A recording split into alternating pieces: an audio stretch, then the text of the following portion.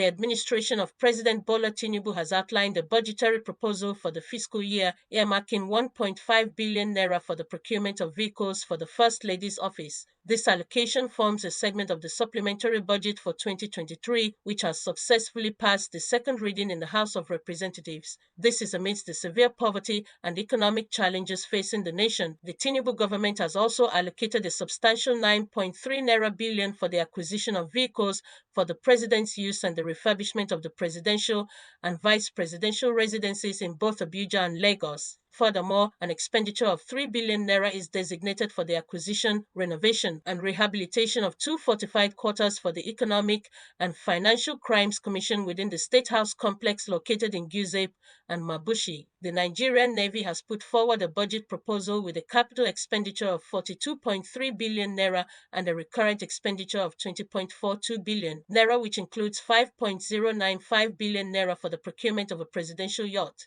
The detailed expenses within the supplementary budget include 2.9 billion naira for the purchase of SUVs, an equivalent amount for the renewal of operational pool vehicles, and 4 billion for the renovation of the president's residential quarters, 2.5 billion naira for the refurbishment of the Aguda House, 200 million naira towards the computerization and digitization of the State House, 4 billion naira for the construction of an office complex within the State House premises, and 4 billion naira for the renovation of the Dodon Barracks, the president's official residence. Additionally, 3 billion naira is allocated for the renovation of the vice president's official quarters in Lagos. These figures are part of the proposed expenditures in the supplementary budget awaiting approval from the National Assembly. In a move that has raised eyebrows across the nation, President Bola Tinubu's administration has earmarked a staggering 1.5 billion naira for the procurement of vehicles for the office of the First Lady. This decision comes as part of the supplementary budget presented to the National Assembly, which has already cleared its second reading in the House of Representatives. The allocation is a mere fragment of a much larger financial outlay that has been proposed amidst a backdrop of widespread poverty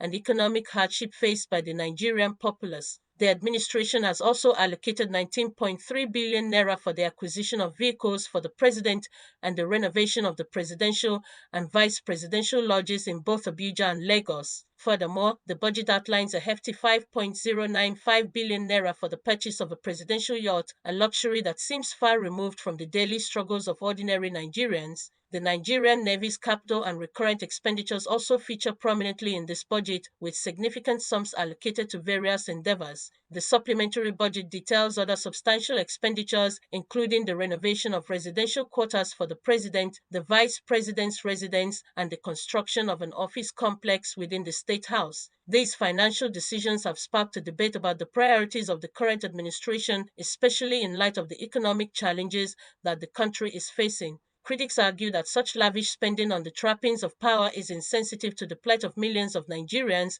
who are grappling with poverty. The contrast between the government's spending on luxury items and the stark reality of life for many in the country is stark.